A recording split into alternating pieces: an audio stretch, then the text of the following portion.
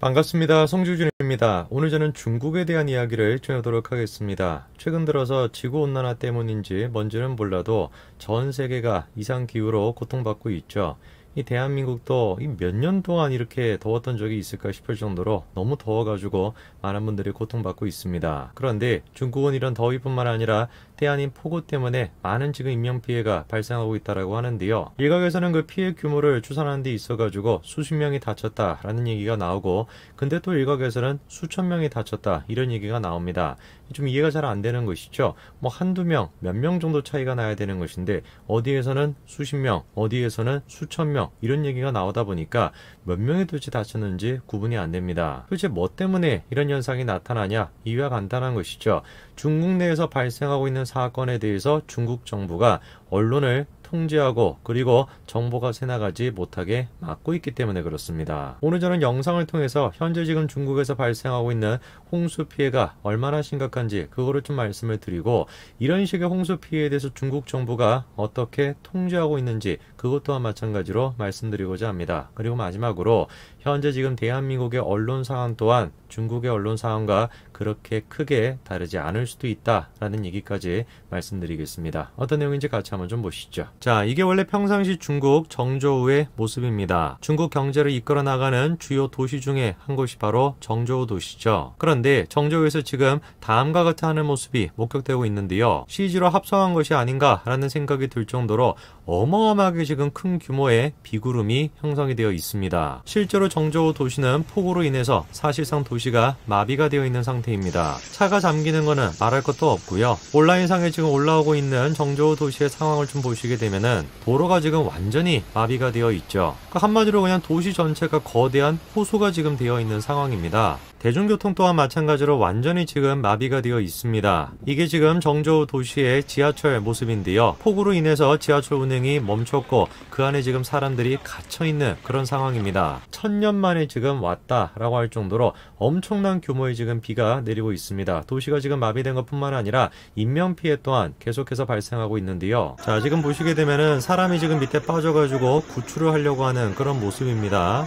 폭우로 인해 가지고 지금 도로가 가라앉았고 그 밑에 이제 사람이 갇힌 것 같은데, 이 비가 얼마나 많이 내렸던 것인지 저렇게 사람을 구하려고 하다가 도로가 또다시 무너져 가지고 주변에 있던 사람들 또한 저렇게 또 피해를 받았습니다. 보시게 되면 사람이 진짜 휩쓸려 가는 거예요. 혼자서는 나올 수도 없는 것이고 10명 가까이 되는 사람이 끌어올려야 겨우 저 자리에서 빠져나올 수가 있습니다. 수천 명의 지금 소방대원들과 군인까지도 파견이 돼서 사람들을 지금 구출하고 있다라고 하는데 역부족인 것 같습니다. 자, 우선 일단 공식적으로 지금 발표가 된 정저우의 폭우로 인한 피해자는 12명 정도로 추산이 되고 있습니다. 그런데 최근 들어가지고 어떤 얘기가 나오고 있냐면 중국 정부가 피해 규모를 의도적으로 축소하고 있다. 수천 명의 사상자가 나왔음에도 불구하고 그거를 지금 의도적으로 감추고 있다라고 하는 얘기가 나오고 있는데요. 가장 지금 피해자가 많이 발생했다라고 추정되는 곳은 정저우의 한 터널입니다. 자, 이게 지금 현재 논란이 되고 있는 터널의 모습인데요. 사진으로 우리가 확인을 해보더라도 수백 대 가까이 되는 차량이 지금 터널에 갇혀 있었던 것으로 보입니다. 공식적으로 발표가 되고 있는 건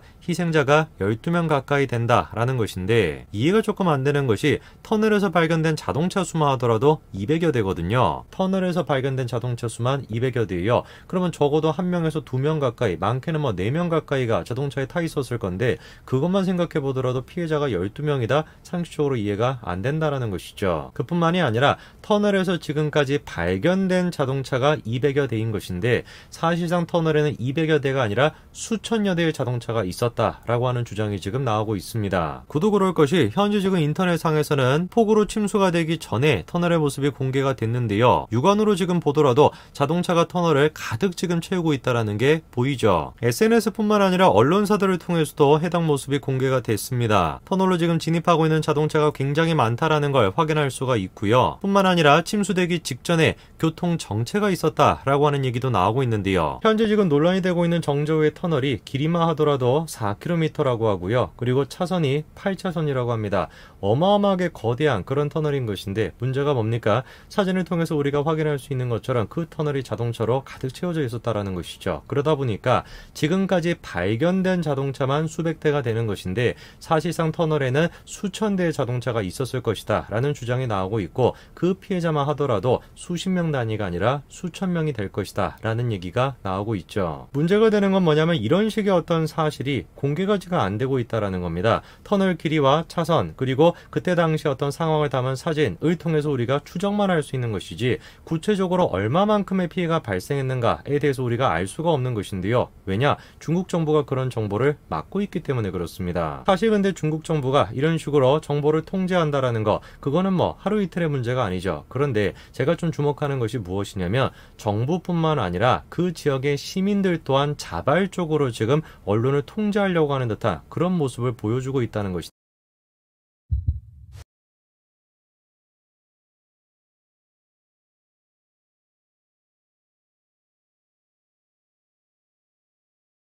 것인데요. 마티어스 베링거 도이치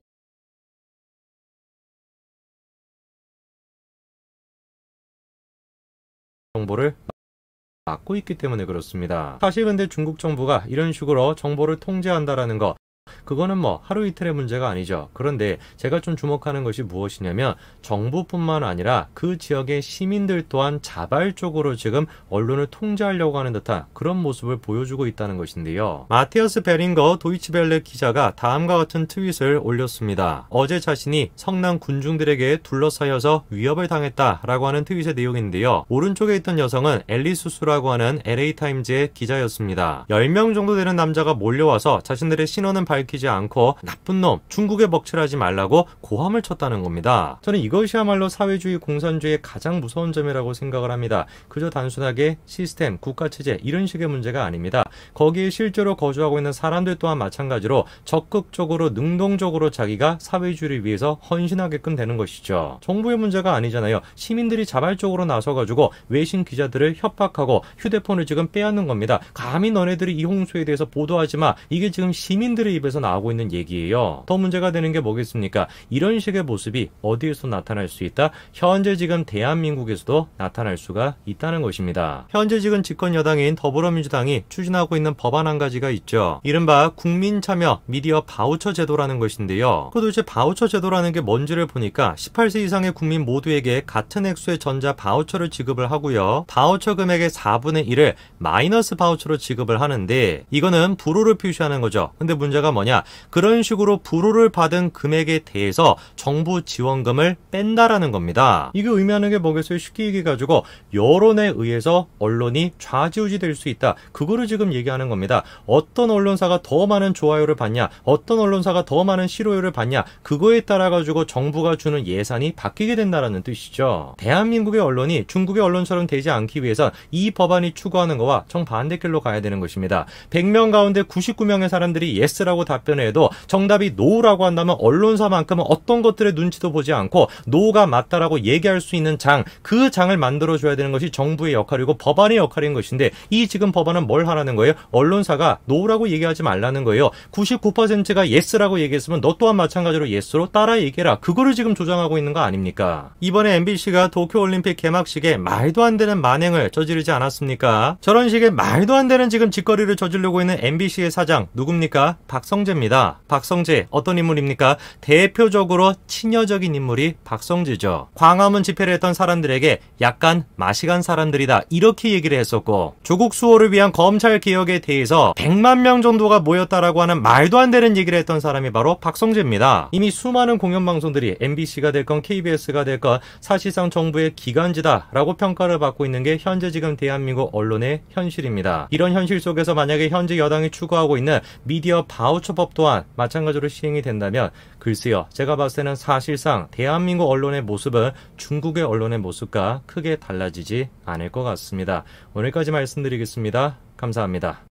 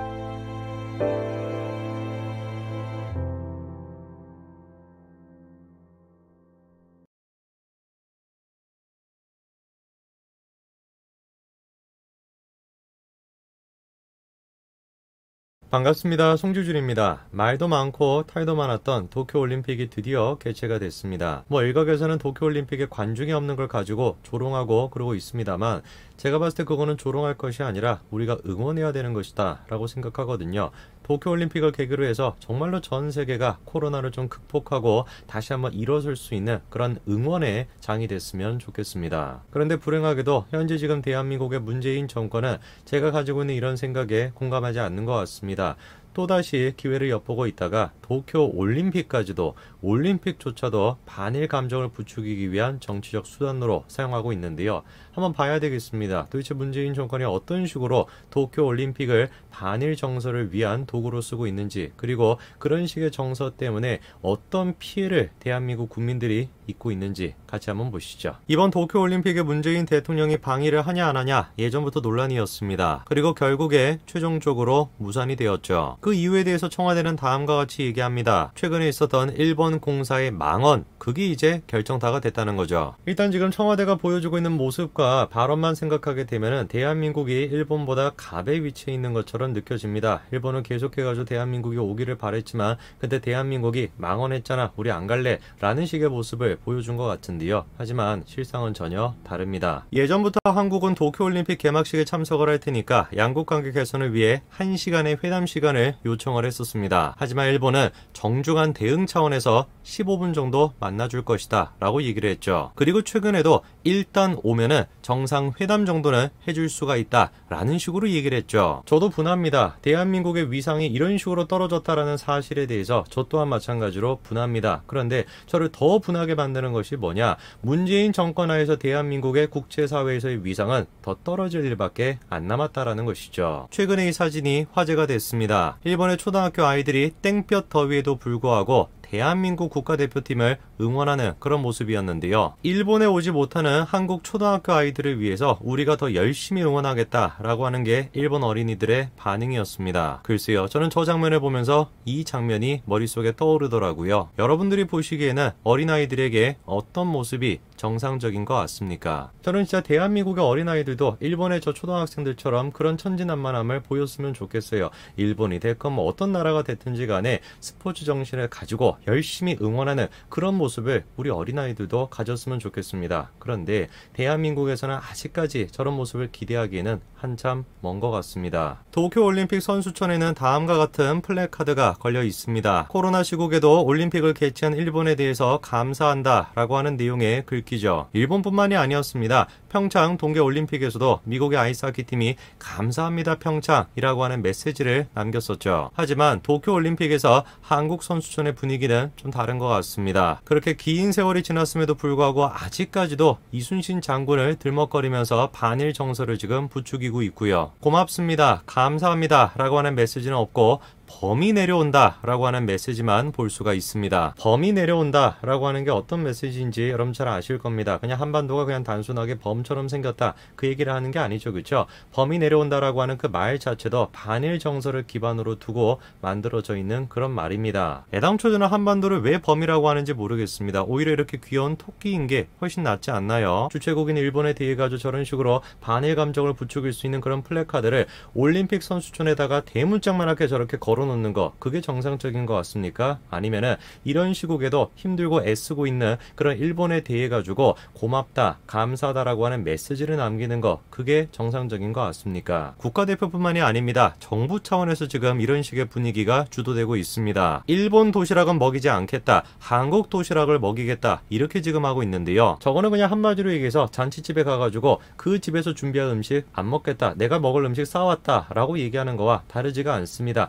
이거는 정말로 음식 문화를 받건 아니면 외교적인 문화를 받건 뭐를 생각하든지 간에 비매너 중에 비매너입니다. 논란이 되니까 정부에서는 뭐라고 해명을 했습니까? 후쿠시마 때문에 이곳을 운영하는 것이 아니라 선수들의 충분한 영양 섭취를 통해서 경기력 향상을 도모하기 위해서 운영한다, 이렇게 얘기했습니다. 삼척동자도 다 알고 있죠. 저런 식으로 지금 도시락을 준비하는 게 철저하게 뭐를 겨냥해 가지고 하고 있다라는 거, 후쿠시마 원전 사고 그거를 지금 겨냥해서 하고 있다라는 거 다 알고 있습니다. 후쿠시마랑 상관없다라고 하면서 대놓고 지금 뭐 하고 있습니까? 기계를 지금 갖다 놓고 어느 정도 수치가 나오는지 그거를 지금 다 검사하는 저런 장면을 보여주고 있는데 어떻게 상관이 없다라는 거예요. 생각을 해보십시오. 후쿠시마에서 나오는 그런 음식 누가 먹고 있습니까? 일본 사람들도 먹고 있습니다. 그런데 그 사람들이 지금 다 보고 있는데 저런 식으로 야, 그 음식은 뭔가 좀 위험할 것 같으니까 우리가 준비한 음식을 먹을래. 그럼 후쿠시마 사람들은 뭐가 되는 거예요? 저 때부터 이미 불안하다라고 하는 생각이 들었는데 저것만 가지고는 부족했는지 대표팀으로도 부족했고 정부로도 부족했는지 누구까지 나섰습니까?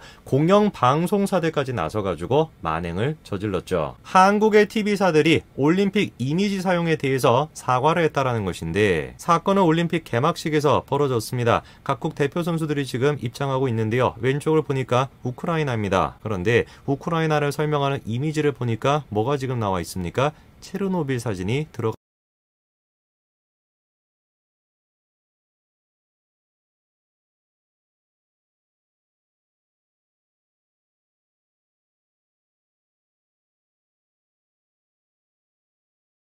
아니라 IT 국가대표들이 등장을 할 때는 IT에 지금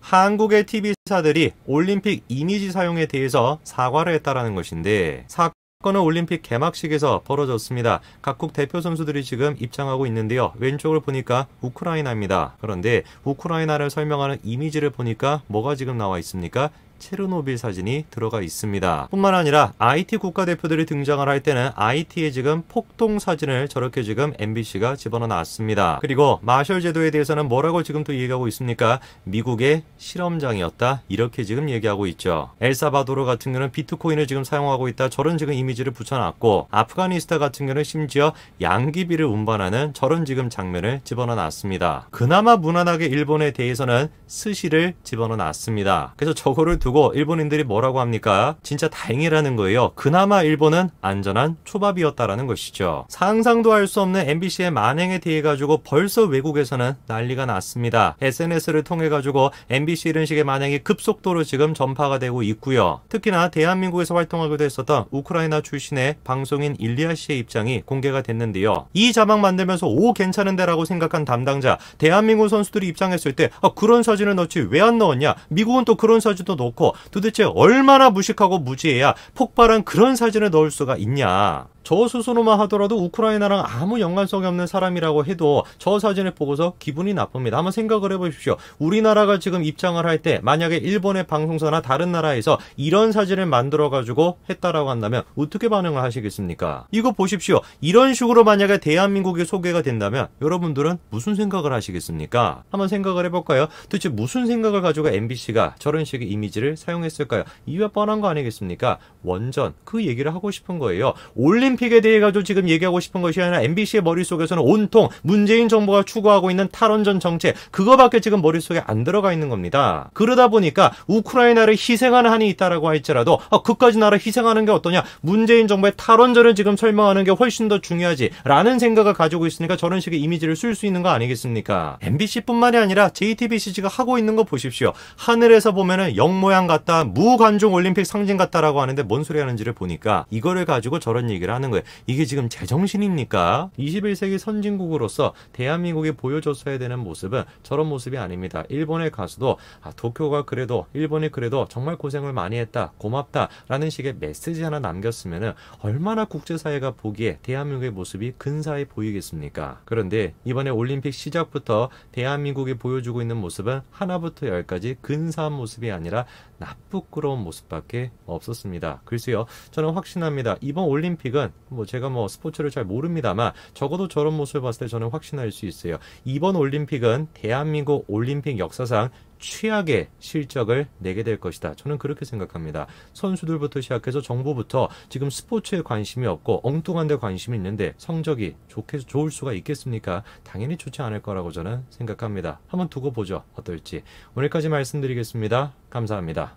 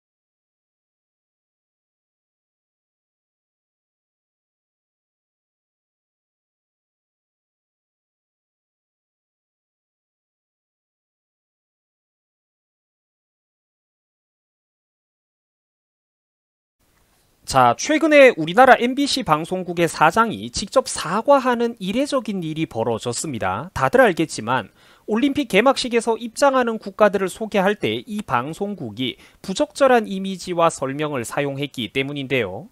현재 그래가지고 국제적으로 어마어마한 비판을 받고 있죠. 자, 그런데 여러분들 더 큰 문제가 뭐냐면은 지금 이 논란이 쉽게 가라앉을 것 같지가 않습니다. 벌써 며칠이나 지났잖아요.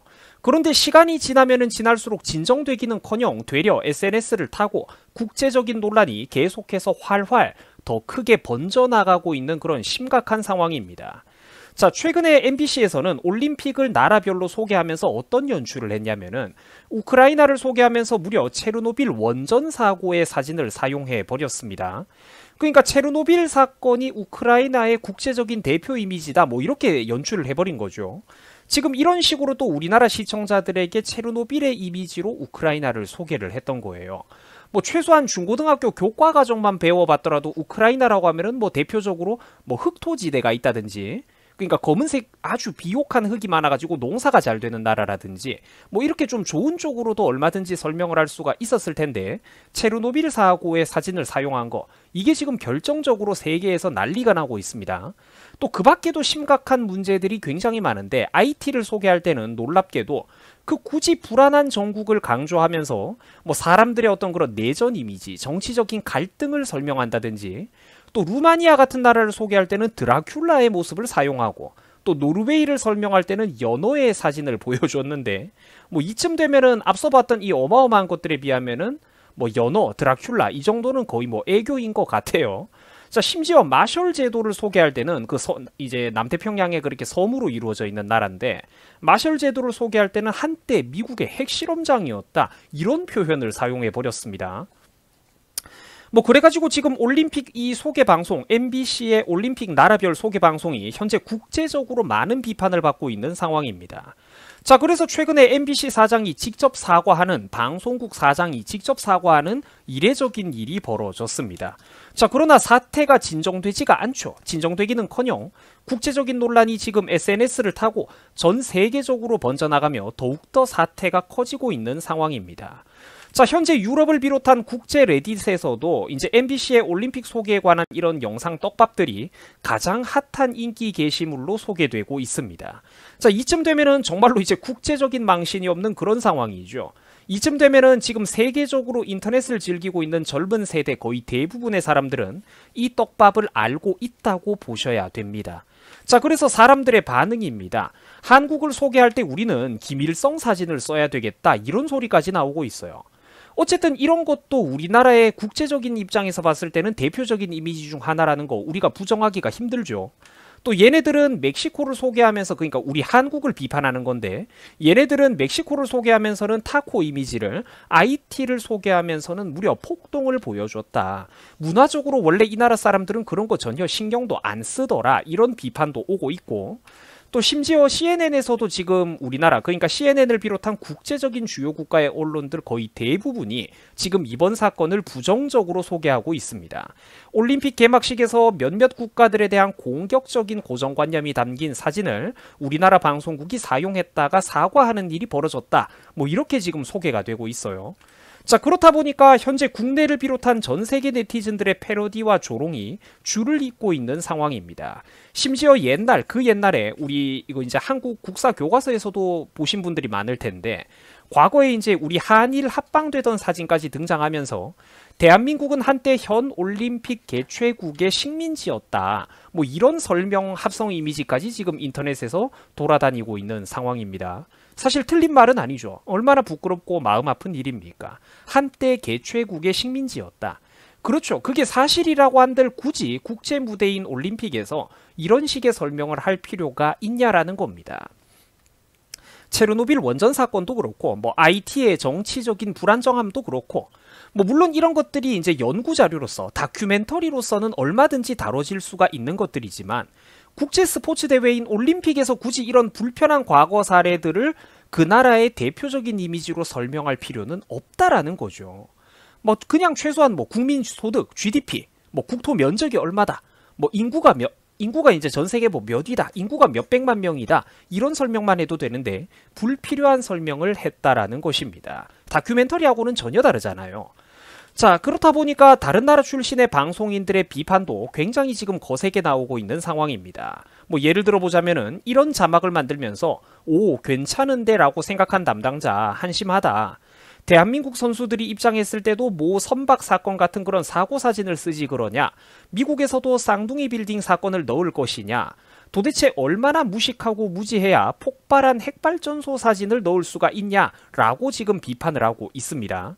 자, 또 이런 것도 있어요. MBC 진짜 너무하다. 한국을 소개하면서 삼풍백화점이나 성수대교 붕괴 이미지를 가지고 소개해서야 되겠느냐? 라는 반응인데, 뭐 참고로 혹시나 모르는 분들이 있을까봐 설명드리자면 이 사건들은 90년대 그때 당시에 우리나라에서 진짜 전국적으로 뉴스를 떠들썩하게 했던 어떤 그런 이제 유명한 이제 붕괴되었던 큰 건물들입니다. 그러니까 부실공사로 우리나라에서 좀 유명했던 사건들이죠. 뭐 저도 그때 당시에는 뭐 나이가 좀 어렸는데 이제 저 뉴스를 실시간으로 봤던 기억이 지금도 생생합니다. 자, 이뿐만 아니라 이제 또 최근 MBC에서는 대한민국과 루마니아의 축구 경기 도중에 루마니아 선수의 자책골이 나오자 고마워요 마린이라는 표현을 사용해가지고 또 한 번 많은 비판을 받고 있습니다. 자, 축구 경기를 보다가 상대팀 선수가 자책골을 넣으면은 뭐 우리가 농담 삼아서 우리 같은 일반인들끼리야 사실 뭐 누구 선수 고맙다 이런 농담을 할지도 모르죠. 또 인터넷 개인 방송 같은 데서 BJ하고 구독자들, 시청자들 간에 또 개인적으로 이런 정도의 표현은 할 수 있을지도 모르겠습니다. 자, 그러나 그 나라의 핵심적인 공중파 방송국은 얘기가 좀 다르죠. 국제경기 올림픽을 중계하면서 아무리 상대 나라 선수라고 해도 자책골을 넣은 선수에 대해 가지고 이런 식으로 고맙다라고 조롱을 하는 것은 아무래도 좀 이게 지나치게 가벼운 태도 아니냐 이런 비판이 나오고 있습니다. 유튜버들하고는 전혀 지금 이게 그러니까 성질이 다르잖아요. 그죠? 우리 같은 사람들끼리 서로 낄낄대고 웃고 끝내는 거랑 월급 받아가면서 공중파 방송국에서 이런 방송이 나온다. 좀 얘기가 다르다라는 거죠. 또한 우크라이나를 소개하면서 이 체르노빌 원전 사고 이미지를 사용한 거 이게 지금 특히 국제적으로 많은 논란이 되고 있는데 우크라이나 현지를 비롯해가지고 동구권 언론 뉴스에서도 현재 뉴스 기사가 나오고 있으며 심각하게 지금 이게 다뤄지고 있는 상황입니다. 이 진짜 국제적인 망신도 이런 망신이 없죠. 엉뚱한 애들이 그러니까 들어가니까 이런 일이 벌어지는 겁니다. 자, 또한 MBC의 올림픽 중계방송은 문제가 지금 한두 가지가 지적되고 있는 게 아닌데 또 잘못된 상식과 오류 또한 지금 심각하게 많이 발견되고 있습니다. 대표적인 예를 한 가지 들어드리자면 아프리카 가나가 입장을 할 때 그 예수가 최초로 기적을 행한 곳이다 라는 설명을 덧붙였는데 이게 지금 그러니까 잘못된 상식이라고 해요. 예수님이 그 물을 포도주로 바꾼 그 뭐 유명한 전설이 있지 않습니까? 그죠? 근데 그 첫 기적의 장소는 뭐 믿거나 말거나 어쨌든 그 이스라엘 갈릴리 인근에 있는 가나라는 지역이라고 하는데 그러니까 이거는 지명만 비슷할 뿐이지 아프리카에 있는 나라인 그 국가 가나와는 아무런 상관이 없다라는 거죠. 그러니까 방송사가 지금 명백하게 잘못된 내용을 전달하고 있다라는 것입니다. 이런 거를 한번 잘못 보고 수백만 국민들 머릿속에 잘못된 상식이 틀어박혀 버리면은 이거를 씻어내는 건 사실 어마어마한 시간과 노력이 들어가고 사실상 불가능한 일이라고 보셔야 됩니다. 올림픽 보다가 뭐 이렇게 이런 부분 국제적인 상식에 별 관심이 없는 국민들 머릿속에 아, 아프리카 가나가 예수님이 최초로 기적을 행했던 곳이었구나 이게 한번 머릿속에 박혀버리면은 이거 씻어내지도 못해요. 뭐 취업 준비하는 그런 학생들이나 취업 준비생들이 어디 가가지고 이런 식으로 대답해버리면 어떻게 되겠습니까? 큰일 난다니까? 불가능한 일이 되는 거예요. 자, 그래가지고 최근 MBC의 이와 같은 방송 사고들이 현재 뭐 나인 개그라고 하는 또 유명한 페이지에서도 이제 핫 페이지에 등극하며 또 외국 사람들로부터 추천수 5,500개 이상을 받고 있다고 합니다. 진짜 국제망신이죠. 뭐 보다시피 우크라이나 체르노빌 원전 소개 사진이 여기서도 또 한 번 나오고 있고 또 해외 네티즌들도 우리나라를 지금 강력하게 비난을 하고 있습니다. 우리나라가 아시아 국가들 중에서 이제 인종차별이 가장 강한 나라다. 뭘 그렇게 놀래느냐? 이거는 전형적인 한국의 모습이다. 뭐 이런 여론이 나오고 있습니다. 사실 좀 화가 나고 좀 지나치다 싶은 표현들도 있는데 우리가 지금 뭔 말을 하기가 어려운 상황이죠. 저지른 짓거리가 있으니까.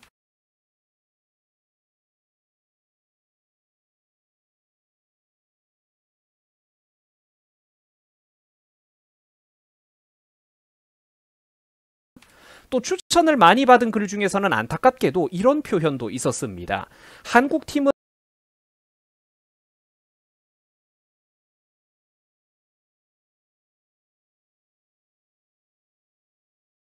어떻게 모욕을 하면 좋을까 자기가 생각을 해봤다. 그러니까 한국 선수들이 도쿄올림픽 경기장에 입장을 할 때 이런 식으로 이제 소개를 할 것이다. 뭐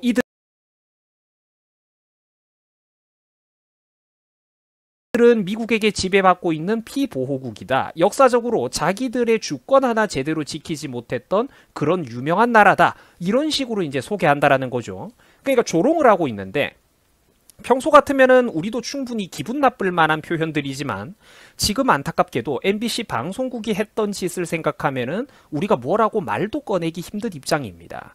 아시아에서 가장 차별이 심한 나라다. IT를 소개할 때 무려 대통령 암살 사건을 언급하다니 무슨 이따위 인간들이 다 있느냐 격한 반응들이 나오고 있어요.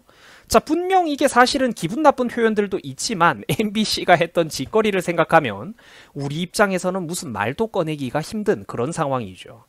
자, 그런데 이런 와중에 최근 MBC 방송국 직원들 대다수는 올해 월급과 연봉을 올려야 된다라고 생각한다. 이런 소리를 해버려가지고 또 많은 논란이 되고 있습니다. 콜로세움이 벌어지겠죠. 자, 이쯤 되면 여러분들 코미디 프로그램이 망할만 하다 싶죠. 코미디 프로가 요즘 망할만 해요. 뉴스가 더 재밌거든. 뉴스가 더욱더 파격적이며 어메이싱한 일들이 많이 벌어지기 때문이에요. 자, 결국 이렇다 보니까 MBC 방송국 사장이 직접 나서가지고 머리 숙여서 사죄하는 뭐 그런 눈물겨운 상황입니다. 자, 꼬라지를 보면은 뭐 MBC 방송국 직원들이 지금 연봉을 올리는 거는 국민 정서상 쉽지가 않을 것 같아요. 그래 보입니다. 자, 뭐 농담은 이 정도로 하고 좀 이제 우리가 마무리를 슬슬 하도록 합시다. 요즘 우리가 보면은 유튜브를 보면은 우리나라에서 지금 이상할 정도로 각종 국뽕 유튜브 영상들이 어마어마한 인기를 끌고 있습니다. 툭 하면은 조회수가 뭐 70만, 80만, 100만을 넘어가고 있죠. 영상 내용을 보면은 다 똑같은 선동들이에요. 맨날 전 세계가 우리나라를 보면서 눈물을 흘리고 제발 좀 도와달라고 사정을 하고 있고 바지가랑이 붙잡으면서 위대한 대한민국의 백만 믿겠다. 온 국제사회가 다들 우리나라한테 잘 보이려고 줄을 서고 굽실거리고 있다. 뭐 이런 식인데 여러분 이게 사실입니까? 아니잖아요. 근데 국뽕 유튜브 채널들이 그러면 이런 거는 왜 안 다룰까요? 지금 이 MBC 올림픽 소개 영상이야말로 이 논란이야말로 진짜로 지금 전 세계가 우리나라에 깜짝 놀라서 발칵 뒤집어지고 경악하는 사건인데 왜 이런 거는 안 다루는 걸까요? 그렇죠. 진실은 나도 알고 여러분들도 알고 있습니다. 아직까지 여러분들 우리나라 여전히 갈 길 멀었잖아요. 심각하잖아, 민도. 세계적으로 우리가 본받을 만한 우수한 나라들이 아직까지도 얼마나 많습니까? 과학기술이 뛰어난 민족, 뭐 육체적, 체력적으로 뛰어난 민족, 정신력이 뛰어난 민족, 우리가 보고 배워야 될 사람들이 전 세계에는 얼마나 많습니까? 우리나라가 가장 위대하다 이런 거는 굉장히 위험한 전체주의적인 사상으로 흘러갈 수가 있습니다. 한국은 위대하지 않아요. 위대해지기 위해서 끊임없이 노력을 해야 되는 나라죠. 백날 국민들을 속이면서 이렇게 얄팍한 거짓말로 우리끼리 안방에서 국뽕을 한 사발씩 들이켜봐야 실질적으로 우리 국민들의 삶은 바뀌는 게 없습니다. 소용이 없어요. 이런 짓거리 한 방에 국제 이미지는 다 날아간다라는 것이죠. 우리가 아직까지 보고 배울 게 많고 반성해야 될 게 많습니다. 자, 시청해 주셔가지고 감사합니다. 여러분들 고맙습니다.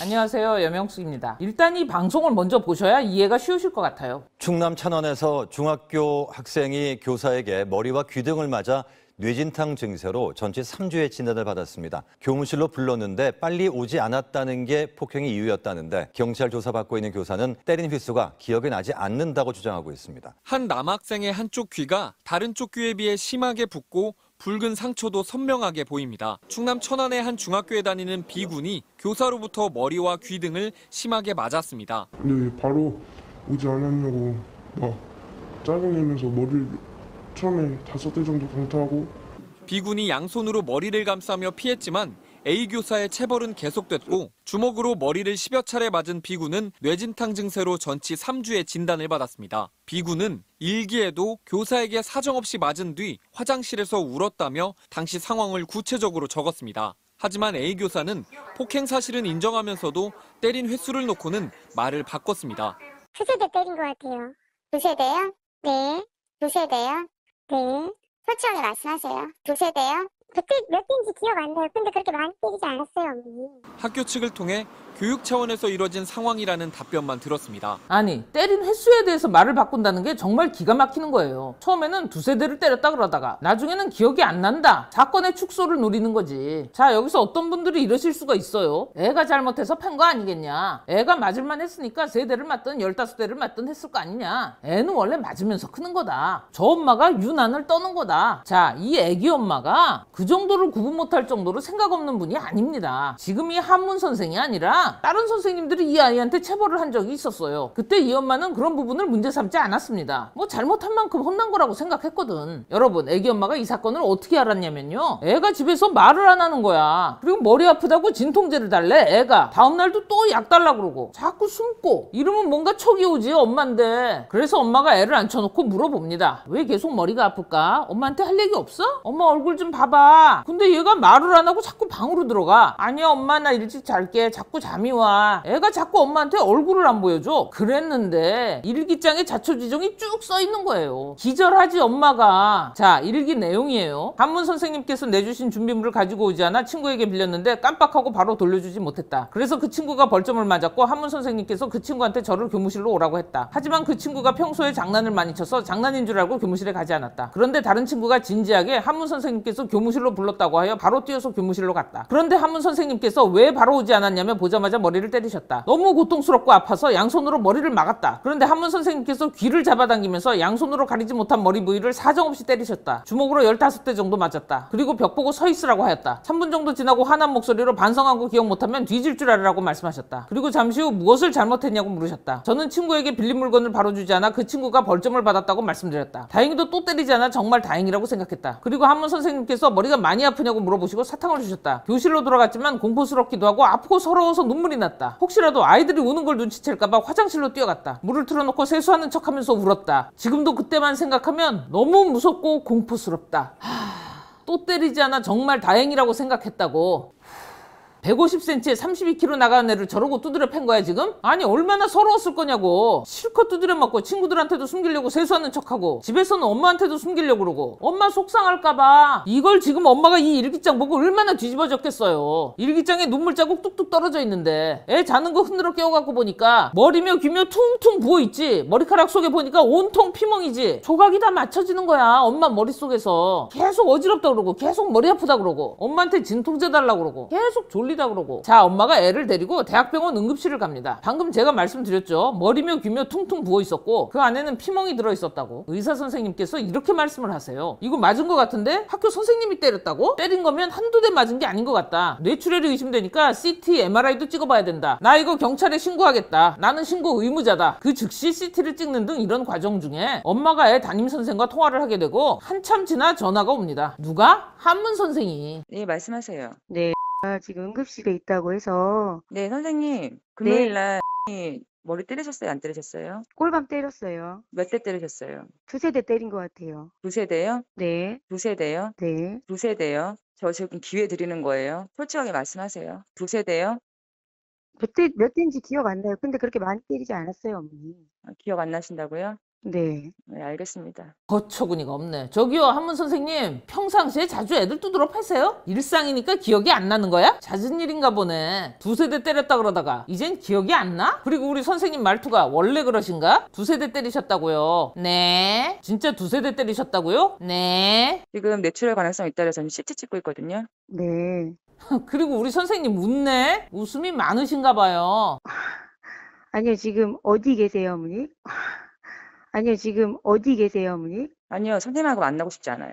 웃어? 선생님, 뇌출혈 의심돼서 CT 찍으면 어디서 찍겠어요, 그거? 어딜까요, 그게? 이 선생님 지금 아무 생각 없으세요. 별다른 죄책감이고 뭐고 없어. 그리고 제일 중요한 거, 사과 한마디가 없어요. 어디에도 사과가 없어, 어디에도. 그리고 다음날 6월 6일, 어제 분명히 애기 엄마가 선생님 만나고 싶지 않다고 말했는데 그냥 집으로 쳐들어왔어. 가해자가 피해자 집을 그냥 찾아온 거라고. 아니, 선생님, 댁이 뭔 짓을 했는지는 알아요? 그때 애 혼자 집에 있었어요. 얼마나 불안했을지는 생각 안 해보셨어? 이 한문 선생님이 엄마한테 이렇게 문자를 해놨어요. 역시 사과는 없어. 연락은 요구하는데 사과는 없다. 이날 애엄마는 고소를 결심하고 담임 선생님과 통화를 합니다. 그랬더니 다음날 고소 얘기 나가자마자 교감 선생님 전화 오고 사과 문자 오고 한문 선생님 사과 문자 오고 미치겠구만. 근데 사과하시는 교감 선생님도 좀 문제가 있으시네. 교감 선생님 애엄마한테 그때 뭐라 그러셨어요? 어머님, 이거 다 애 잘 되라고 때린 건 아시죠?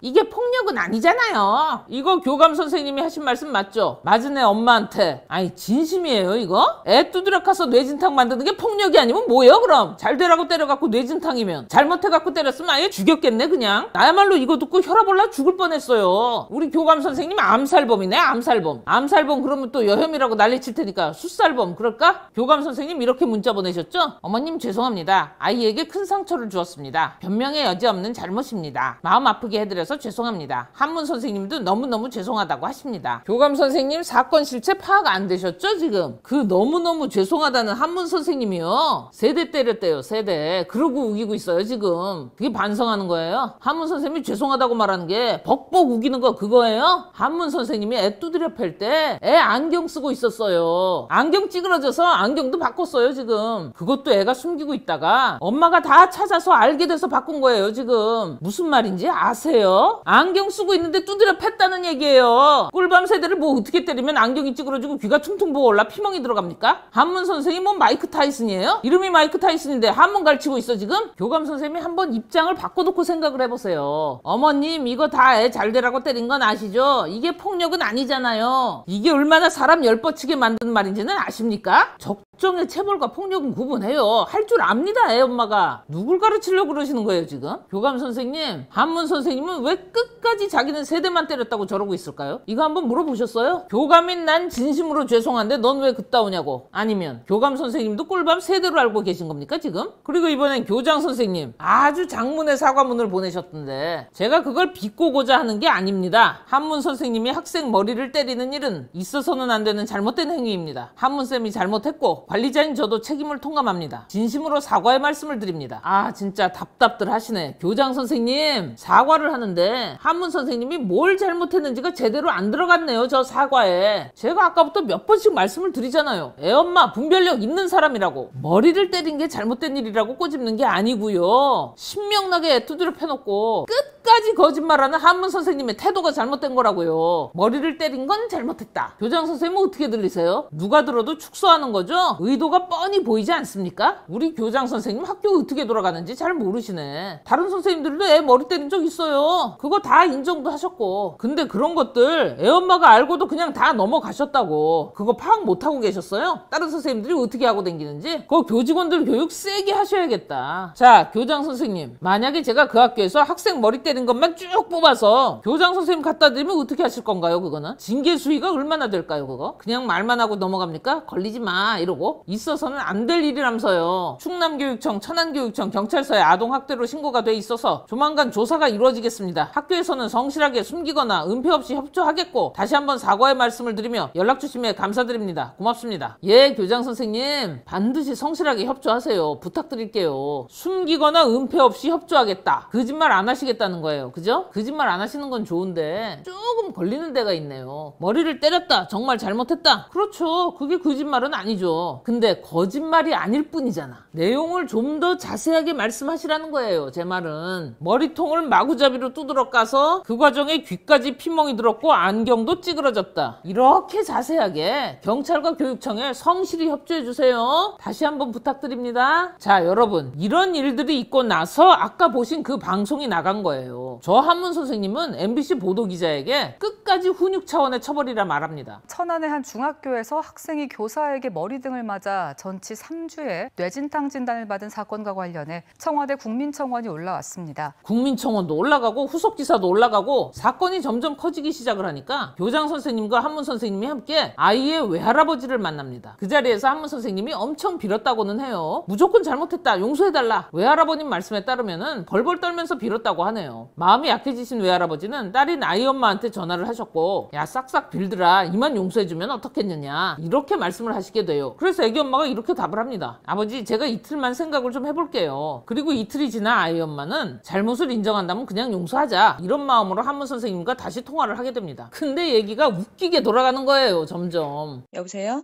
네, 여보세요? 안녕하세요. 네. 엄마예요. 예, 안녕하세요, 어머님. 자꾸 사람들한테 전화가 지금 오는데 네네. 어떻게 하시려고 하시는 거예요? 사과드리려고 하는 거죠. 아직 어머님께 전화 통화도 그 이후로 한 번도 못 했잖아요. 아니면 아직 문자 주신 게 내용이 네네. 꿀밤 두세 대 때린 거는 네. 이외에는 한 적이 없다. 네네. 이렇게 저한테 문자 주셨잖아요. 맞아요. 그러면은 지금 제가 다시 여쭤볼게요. 네. 몇 대 때리셨어요? 3대 때렸어요. 네? 3대 때렸다고요. 3대 때렸다고요? 그럼 네네. 더 이상 할 말 없네요, 선생님하고. 지금 근데 마지막으로 제가 어머님이- 전화 드린 건데 이 한문 선생님은 자기는 정확히 딱 3대 때렸답니다. 2세대 때렸는지도 가물가물하고 나중에 가서는 기억이 안 나던 사람이 딱 3대로 기억이 뚜렷해졌어요. 이 한문 선생님은 지금부터 애가 거짓말한 걸로 뒤집어 씌우기 시작합니다. 아니, 어머님이 왜 그렇게 오해를 하고 계신지. 오해예요? 왜냐면 옆에 선생님들도 계시고 한데 제가 그렇게 때렸으면 선생님들 가만히 계시겠어요, 어머니?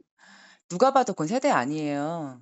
그럼 애가 거짓말한다는 거예요? 그럼 귀는 아이가- 어떻게 된 건데요? 저 귀 잡아다닌 적 없어요, 어머니. 잡아다닌 적 없다고요? 그럼 애가 네. 거짓말하는 거네요? 아니, 어떤 일이 있었는지 모르겠지만 모르겠지만 전 어머니 아, 손톱도 없어요, 어머니. 들으셨나요, 여러분? 이 선생님의 주장을 딱 떨어지게 말씀드릴게요. 애가 자해했다 이겁니다. 본인이 안 그랬다 그러면 자해밖에 더 있어요? 하나가 더 있네. 엄마가 모종의 이유로 죄를 만들어 선생님한테 뒤집어 씌우려고 엄마가 애를 두드려 팼다. 이 2개밖에 더 있어 지금? 그리고 한문 선생님, 손톱 없는 거하고 귀 잡아 당기는 거하고는 관계 없습니다. 마이크 타이슨 뉴클리어 펀치를 가지신 분께서 뭔 손톱 같은 걸로 논점을 흐려요. 아, 그러면은 선생님은 인정 못 하신다는 거죠? 아니, 제가 3대 때린 거 인정했잖아요. 그러니까 아이가 방에서 이야기했던 부분에 대해서 인정 못 하신다는 거잖아요. 맞아요? 뭐 15대 때리고 제가 뭐 귀 잡아서 끌고 다니고 이런 거는 어머니 하질 않았어요. 아, 그래요? 그러면 선생님하고 더 이상 할 얘기가 없네요. 선생님이 인정하시고 사과하면은 제가 좀 생각해 보려고 했는데 이렇게 나오시면 내가 3대밖에 안 때렸잖아 라고 이야기하실 거잖아요. 그죠? 그럼 너 지금 거짓말하고 있잖아. 이거밖에 안 되는 거잖아요. 그죠? 아니죠. 그렇게 얘기하는 게 아니라 한테 어쨌든 제가 때렸잖아요. 어쨌든 때린 게 아니라 지금 몇 대 때린 것 같고 지금 계속 거짓말 하시니까 지금 제가 여기까지 하는 거 아닙니까? 지금 변호사까지 선임하고. 아니, 근데 어머니, 제가 3대를 때렸는데 15대를 때렸다고 인정을 하라고 하시면 그럼 선생님은 제가- 아니라는 거잖아요. 그죠? 네, 저 아니라고 하시는 15대 거죠? 때린 적 없어요. 없죠? 알겠습니다. 그러면 다른 사람 통해서 저한테 연락하지 마세요. 아니, 아이가 왜 그렇게 거짓말했던 얘기했는지 거죠? 모르겠어요. 정도 어머니, 그냥 감안하겠지만 물어보세요. 저 정신을 잃을 만큼 그렇게 화나 있지 않았어요. 아니 애가 어머니. 일기에 이렇게 썼 그날 본인의 정신 상태를 확실히 기억하고 있는 이 한문 선생님은 증인이 있답니다. 애가 어머니. 일기에 이렇게 썼잖아요. 그럼 선생님은 귀를 잡아당긴 적도 없고 물어보세요, 어머니. 물어봤죠 제가. 지금 네, 걔 15 일기장 대를 안 보셨잖아요. 때렸는데. 그러면 지금 일기장- 인정 못 하신다는 거네요. 맞죠? 15대를 제가 어떻게 인정해요? 저 한 적이 없는데. 아 그래요? 예 알겠습니다. 그럼 제가 옆에서 지금 보시는 지나간- 분들은 다 거짓말하는 거예요, 그러면? 옆에서 아니, 그렇게 때릴 어머니 때 지금 얘기만 믿으시는 거잖아요. 그럼 걔가 옆에서 보신 거짓말 했다는 분들은 다 거예요? 아니라고 하는데 뭐, 누가 그래요? 물어보셔야죠. 옆에 본 사람 누가 그래요 지금? 증인 세울 수 있어요? 있어요. 증인 세우실 수 있어요? 그럼 네, 그 사람하고 있어요. 그 사람하고 나오세요 같이. 그 사람 데리고 나오세요. 어디를 나와요? 만나요. 어디서 만나실래요? 아, 그 증인분들하고 같이 네, 만나자고요? 같이 나오세요. 그 증인 하신다는 분 전화하셔가지고 같이 나오세요. 애도 데리고 갈 테니까. 얘기해볼게요. 어쨌거나 인정 못 하신 거고 애가 거짓말 한다는 거죠. 맞죠? 저는 거짓말한다 이렇게 자극적으로 얘기한 적 없고요. 자극적이 아니라 솔직하게 말씀하시는 거잖아요. 지금 나는 세대밖에 때린 적이 없고 귀 잡은 적도 없고. 맞아요? 네. 그게 지금 애가 거짓말하고 있다는 얘기 아니야. 뇌진탕, 피멍, 안경 부러진 거, 귀 퉁퉁 부어오른 거, 그리고 머릿속에 있는 이거 피멍들, 이거 다 자해라는 얘기 아니야 그럼. 애 일기장 내용이 사실과 다르다가 애 말이 거짓말이란 얘기지 뭐예요 그럼. 자 보세요 한문 선생님. 선생님이 계속 나는 아이 머리를 꿀밤 3대만 때렸다 이렇게 주장하고 계시잖아. 그죠? 선생님의 주장도 근거가 있긴 있어요. 아이 때린 게 사실은 2번이었잖아요. 한문 선생님이 애 머리 3대 때린 거는 사건 바로 며칠 전 5월 말에 그때 때린 거잖아요. 3대 때린 게 6월 4일에 구타한 게 아니라 이 두 사건을 합쳐갖고 구타를 무마해보자 이거 아니야 지금. 내 말이 틀려요? 3대 때린 거 본 선생님이 있다? 지금 한문 선생님께서 증인이라고 얘기하는 그분은 5월 말 그때 때린 거 본 그분이잖아요. 그래서 3대로 밀어붙일 수 있는 거잖아 지금. 뇌진탕 일으켰던 귀잡고 15회 가격이 아니라 꿀밤 3회가 돼야 훈육 차원에서 체벌이랍시고 빠져나갈 수 있고 애 엄마는 아무것도 아닌 일 가지고 펄펄 뛰는 정신 나간 예편내가 되는 거고, 우리 한문 선생님은 진상 엄마의 피해자임과 동시에 그럼에도 불구하고 진상 엄마에게 사과를 한 불쌍한 선생님으로 완성이 되네. 3대 때린 거 본 증인도 있겠다. 날짜가 며칠 차이도 안 나겠다. 교장 선생님, 교감 선생님도 아마 이렇게 알고 계실 거야. 그죠? 왜 할아버지 앞에서 빌 때도 말이에요. 할아버지나 교장 선생님이 무슨 말만 하려 그러면 그 말 다 맞고 잘못했습니다. 제가 다 잘못했습니다. 이것만 연발했으니 우리 교장, 교감 선생님도 헷갈릴 수는 있으셨겠네. 교장 선생님, 애 머리 때리는 거 있어서는 안 될 일이라고 하셨죠? 그러면 그 있어서는 안 될 일을 며칠 사이에 반복적으로 한 사람에게는 어떤 벌을 주실 겁니까? 그리고 15대 맞았다고 하는데 그건 애가 거짓말 하는 거다. 맞아요? 애가 얘기한 건지 어쩐 건지 제가 모르죠. 아니 그러니까 그 일기장 쓴 내용이 거짓말이다라고 지금 말씀하신 거 맞아요? A 일기장에 있는 내용이 사실과 다르다고 말씀드린 거예요. 아니 그러니까 그게 거짓말이다. 아이가 거짓말하는 거다. 그렇게 말씀하시는 거. 일기를 써요, 어머니? 아, 그러니까 애가 평상시 일기를 쓰지도 않다가 선생님한테 누명을 씌우기 위해서 자해를 해서 뇌진탕 증상을 일으키고 귀하고 머리통에 피멍을 집어넣고 안경 부셔가면서 일기를 썼다. 저거 눈물 자국이 아니라 침 자국이다. 엄마하고 친구들한테 숨겨가면서 선생님을 사회적으로 암살하려고 계획을 하고 일기를 쓴 거다. 당신 진짜 물건이다. 아예 그냥 엄마가 썼다 그래. 이 일기 엄마 거라 그래. 어휴, 애기 엄마가 일기를 오래 쓰셨네 이거. 일기를 써요, 어머니? 네, 매일 써요. 아니, 어머니가 왜 그렇게까지 오해를 하시는지 일단은 오해가 어머니, 아니라 당신 지금 손을 댔잖아요, 애한테. 그래서 그 부분을 그리고 애가 관해서 맞아가지고 제가- 지금 뇌출혈 증세가 있다 해서 그때 CT를 찍는다고 했잖아요. 네. 그때 나한테 선생님 나 지금 죄송하다고 얘기 한마디 했어요, 그날? 저한테 뇌출혈로 CT 찍는다고 말씀 안 하셨어요, 어머님. 했어요. 이건 기억 안 나? 뭐 정신상태 세대는 다 기억난다며. 이건 기억 안 나? 뇌출혈 가능성 있어서 CT 찍는다고 얘기했다고.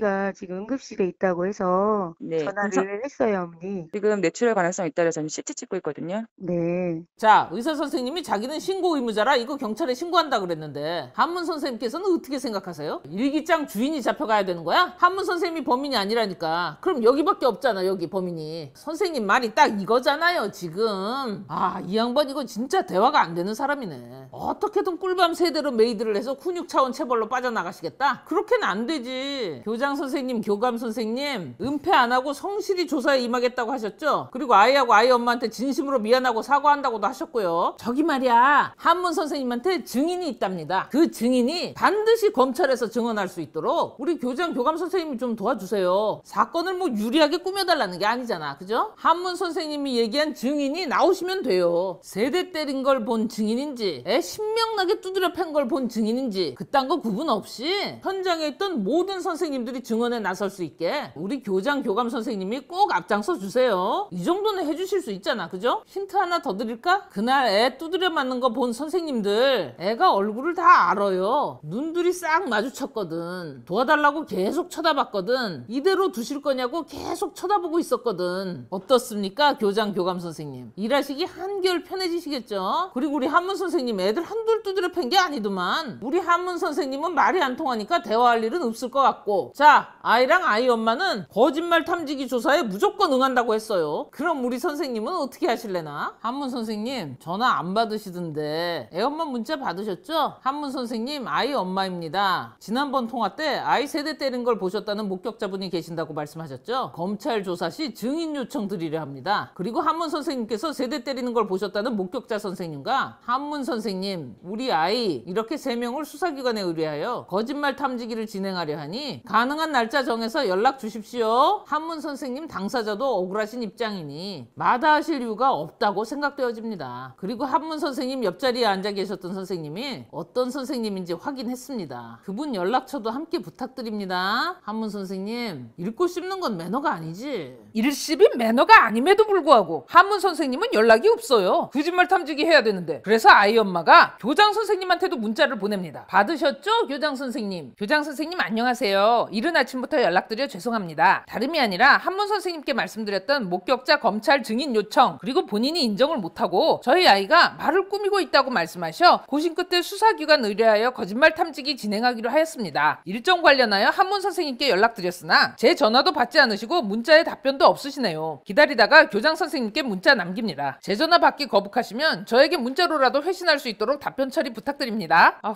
교장 선생님은 문자를 씹지는 않으셨어요. 근데 쌤 답장이 서로의 입장과 주장이 달라 합의점 찾기가 어려워 안타깝습니다. 학교도 큰 상처를 입고 있습니다. 저로서도 최선을 다하고 있지만 어쩔 수가 없습니다. 죄송합니다. 아니 이게 뭔 말씀이세요 지금? 입장과 주장이 다르면 확인을 해야 되는 거 아닙니까? 교장 선생님한테 지금 편들어 달라는 게 아니잖아요. 확인을 할 수 있는 상황을 만들어 주는 게 교장 선생님이 하실 수 있는 최선이 아닐까요? 어쩔 수 없다 소리 하고 계실 게 아니라 근데 저러고 어쩔 수 없다고만 하고는 전화도 안 받으시고 문자 읽고 씹으시던데 자꾸 이렇게 읽고 씹으시면 상처받잖아요. 너무너무 가슴 아픈 나머지 제가 애엄마 업고 찾아가요. 그리고 이 아픈 가슴을 달래기 위해서 교무실에서 구판 벌립니다. 어떻게 선생님들 좋아하실래나? 점도 봐줄 건데? 날 더운데 마음이라도 가볍게들 먹고 계세요. 다시 한번 말씀드리지만 읽고 씹는 건 매너가 아니에요. 끝.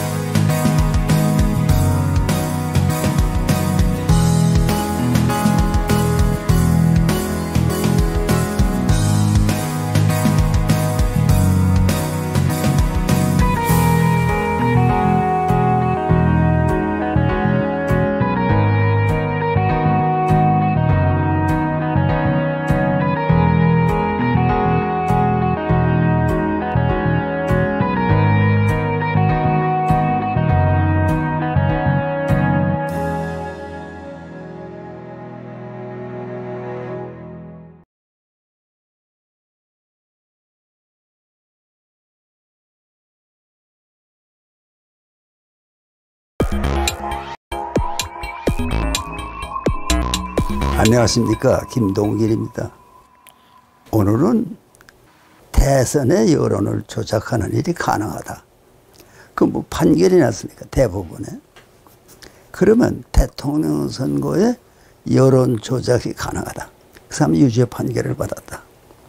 그러면 오늘 대통령으로 된 사람이 그 영향을 받아서 대통령에 당선됐다는 건가? 그건 분명히 안 해요. 뭐 누가 덕을 본 건가? 그러나 일반 국민이 짐작할 때 만약에 오늘 문재인 대통령이 그때 그 대선 때 여론 조작을 해서 대통령에 당선됐다. 만약에 그런 결론이라면 그 사람이 그날로 그만둬야 되잖아요. 원은. 왜? 부끄러워서 못하겠다. 이게 나는 이런 상황인 줄 모르고 대통령 출마를 했는데 그래도 가문의 명예를 생각할 때 내가 그런 집안에 태어난 사람은 아닌데 여론을 조작해서까지 대통령이 돼야 할 일이 뭐냐? 이렇게 말해야 되는데 이 나라는 뭔가 하네요. 정치가 잘못돼도 원 책임을 묻질 않아요. 여러 차례 지방선거에서 뭐 부산 선거에서 또는 서울의 선거에서 시장들이 다 여권을 압도하고 당선된 일이 많습니다. 몇 번 있어요. 그러면 그때 반드시 유권자는 대통령을 향해서 대통령은 뭘 하고 있는 거야? 이렇게 국민의 지지가 없어서 당신은 어떻게 하겠어? 이래야 정치가 되는데 아무 말도 안 해요. 그냥 뭐 안 됐다. 안 됐으니까 그쵸. 여당은 망했다. 그러나 여당이 잘못된 책임을 대통령에게 물어야 하는 게 민주정치예요. 왜 이런 일이 있냐? 당신 정치 뭐 잘못하는 거 아니야? 그런데 지금 이 대선을 하는데 여론 조작이 가능하다. 이거는 굉장히 경종을 울리는 거고 또 사실 우리 문재인 대통령이 그 문제에 대해서 책임을 느껴야 됩니다. 그거 누구 얘기야? 물어야 될 거 아닙니까? 그 지금 대선 여론 조작 그 김경수라는 그 누구 어느 편 사람이야? 묻지도 않아요. 그건 뭐 지나가는 일로 하고. 그런 식으로 해서 어물쩍 넘어가면 안 돼요. 반드시 양심이 한 가닥이라도 남아있다면 이거 내가 이렇게 해서 잘하는 건가 못하는 건가. 대통령은 됐다가 다 물러나는 겁니다. 그러나 한 인간의 양심은 남는 거예요. 나는 이게 이런 줄 모르고 대통령이 됐는데 여론을 조작해서 내가 됐다면 내가 오늘이라도 물러나는 게 옳잖아. 이런 정도의 양심에 그 가책을 받는 사람이어야 되는데 우리나라가 요새 그런 게 아무것도 없어요. 그냥. 그래서 되면 되는 거고 또 꼭 이 단세포처럼 돼가지고 무슨 당선이 안 됐다 그러면 그거만 생각하지 전체 그림을 생각하지 않아요. 왜 그런 생각을 안 하는가? 지금 정치가 잘못돼서 지금 아주 국민의 불만이 말도 아닙니다. 또 나 같은 사람은 뭐 그런 말을 많이 하지만 문재인이 대통령 자격이 없지 않냐. 나는 처음부터 그렇게 주장해요. 그 사람이 대통령이 당선이 됐다 해가지고 첫 번 하는 것이 뭐 민족끼리 통일을 하겠다. 그래서 그래도 어느 정도 역사를 아는 사람의 입장에서는 아니 민족끼리 통일이 어디 있냐. 대한민국이 그게 가능하냐. 안 될 걸 뻔히 알면서 민족끼리 안 됩니다. 절대로. 근데 또 만일에 북에서 이제는 우리는 한국 정치에 관계 안 하고 다 잘 되라고 우리 다 양보할 만큼 할 테니까 대한민국이 주도해서 해 보세요. 그렇게 주장을 했어도 받아들여지기 어려워요. 그런 생각, 그런 결정이 얼마나 오래 갈 수 있는지 모르잖아요.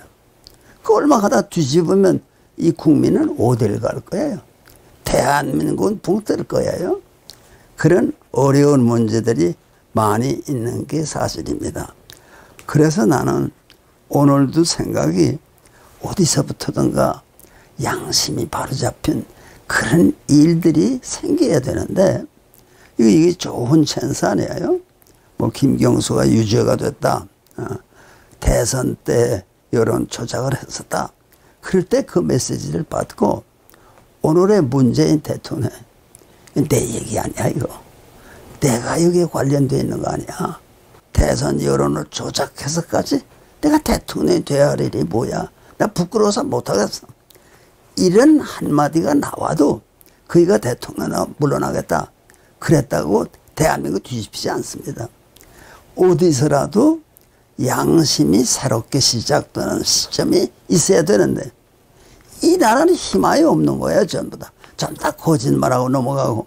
아니 김경수 유죄 판결이 얼마나 국민에게 충격입니까? 유죄 판결을 안 할 줄 알았거든요. 이렇게 끌고 저렇게 끌다가. 그러나 대선의 여론을 조작한 것이 분명하기 때문에 이건 어쩔 수 없이 유죄 판결을 해야 되겠다. 그럴 때 한국 정치는 달라져야 됩니다. 그 양심이 벌써 그 한마디로 대법원의 그런 판결로 해서 어디에서 다시 얘기가 돼야 되는 거 아니? 대통령 된 사람과 그 주변이 이거 이런 일이 있어서는 안 된다. 어떻게 대선 여론 조작을 하느냐? 앞으로 그런 일이 있어서는 안 된다만 아니고 그것 때문에 당선된 사람이 다 사퇴해야 된다. 그걸 한마디 하면요. 이 나라가 새로운 나라가 됩니다. 뭐 다 연결이 지어진 게 있어서 그렇게 못할는지 모르지만 그거를 안 하면은 그거는 양심적으로 나가는 나라가 아닙니다. 나는 대한민국이요. 대통령만 바라보고 살 수가 없어요. 왜? 대통령이 그래도 무슨 양심이라도 있어야 될 거 아닙니까? 왜 나라가 이렇게 돼가느냐? 그 어떤 책임은 내가 져야 되겠다. 뭐가 뭔지 알 수 없어요. 누구 잘못이라는 거야? 오늘 이렇게 되는 게. 대한민국이 제 길을 가는 겁니까? 대한민국의 자유민주주의는 안전한 겁니까? 내가 보기에는 되는 대로 나가는 것 같아요. 그런데 지금 그저 뭐 먹고 사는 게 그만하고 그러니까 별 불평 없이 나가지만은 저 이북은 어떻게 되는 거예요? 저거 저대로 두고 또 대한민국이요. 그 자기가 미국하고의 관계, 일본하고의 관계를 아주 명백하게 설정을 해야 앞으로 희망이 있죠. 이게 만일에 미국하고 안 좋아지고 일본하고도 사이가 갈라지고 만약 그렇게 되고 중국하고 가까이 지내겠다. 그건 너무 시기상조예요. 그것 때문에 대한민국은 말할 수 없는 시련을 겪게 됩니다.